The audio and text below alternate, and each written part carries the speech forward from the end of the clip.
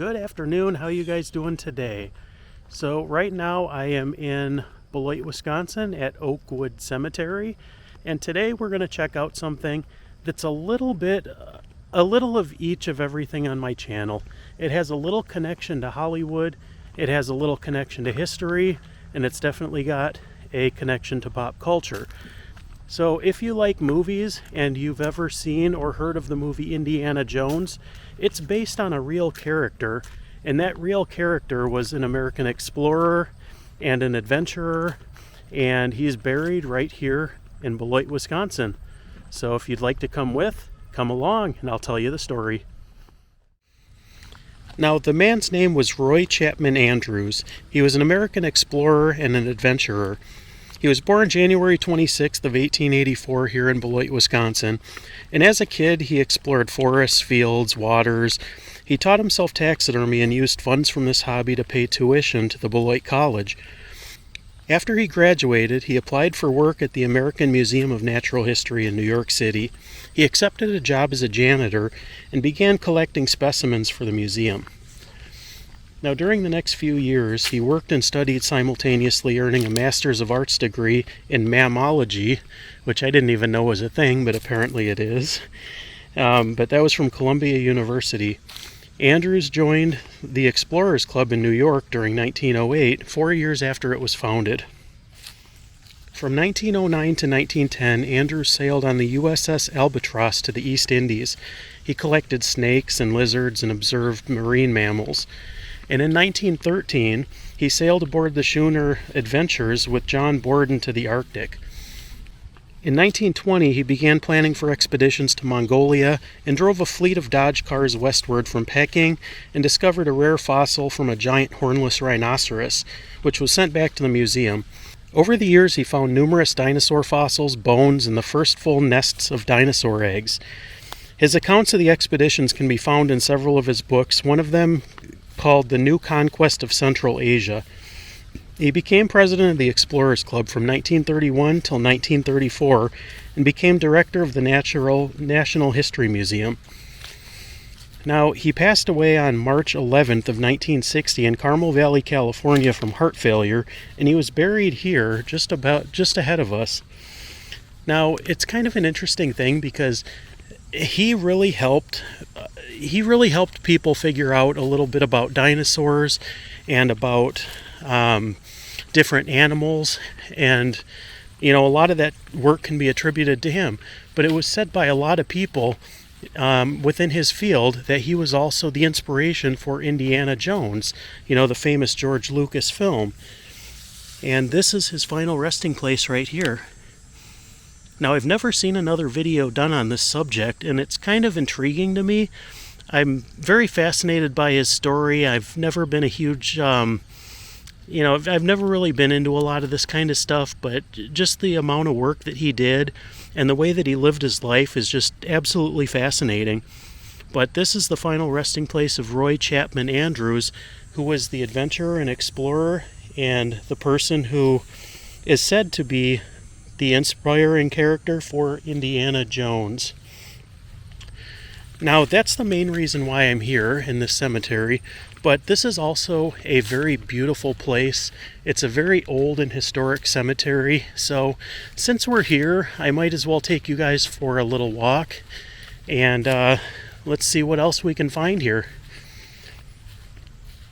Now, I should say that I love exploring cemeteries, and if you guys are on this channel and you found this channel, you probably enjoy the history of them too and the peacefulness. But visiting cemeteries for me, it's not just about finding the people that are famous, the people that are notorious. Every person here, you have to remember, every person here had a life, they all have a story, and everybody is worth remembering. Now, a lot of these people you can find stories of online, and a lot of them you can't, especially some of the older people and people that, a lot of people here lived in the 1800s, and they passed away before there was a whole lot of public records kept. But just wandering these places is really pretty cool. I'll show you guys a couple things while I'm here. Now, this is actually my first time at this cemetery. I just thought that the Indiana Jones thing was just too cool to not show you guys. But here's an old one. Charles S. It is really hard to read this thing. Now, I don't know if you guys can see that on camera. The sun's kind of in my face now, so it's really hard to read this, but this is a very old stone. And a lot of times they used to put in this how old somebody was when they actually passed away. They don't do that anymore. Now they just put dates. But back then they would put, aged 59 years, 35 days or something like that, which is kind of a neat thing. But this happened to catch my eye just a little bit ago. This is a beautiful monument here. Broder. Now, I did almost no research on this cemetery aside from on the Roy Chapman Andrews, so I'm really not sure whose this is, but this is very cool. The name on it is Broder. Check that out. That is absolutely cool.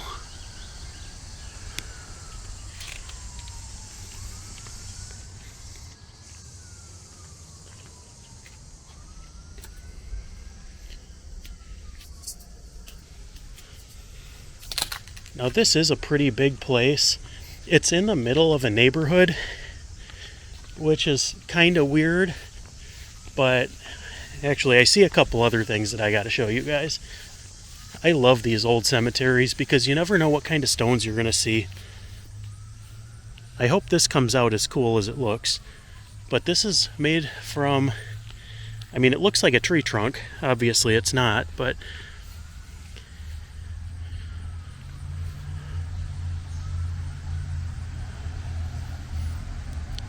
1884, in the 21st year of her age, Kate Grout, only 21 years old. Kind of makes you wonder what happened to her. But just the details of this, it's pretty awesome.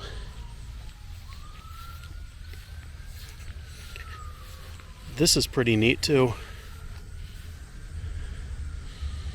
Now, if you guys find cemeteries as fascinating as I do, it's not everything that I do, but I do like to visit a lot of these places, and I like to document them. So you guys will notice a lot of this type of stuff on my channel, so if you like that, and this is your first time here, be sure to hit that subscribe button and catch a lot of future cemetery tours, famous grave sites. Sorry about that. We got garbage trucks coming through.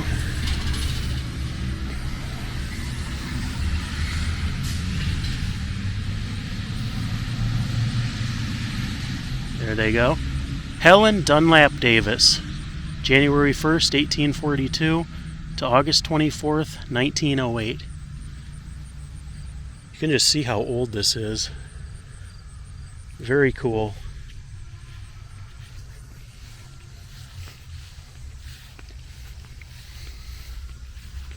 But if you guys like to see more of the non-famous cemetery tours and things like that, let me know in the comments section, because I have no problem coming and checking places like this out.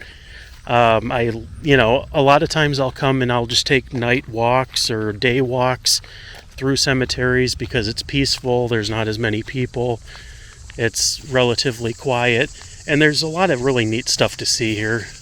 So that's pretty much all I have for today, guys, but I want to thank you for joining me on this adventure, and be sure to hit that like button, and don't be afraid to reach out in the comments section and let me know what you like about this channel, what you don't like, and what you would like to see.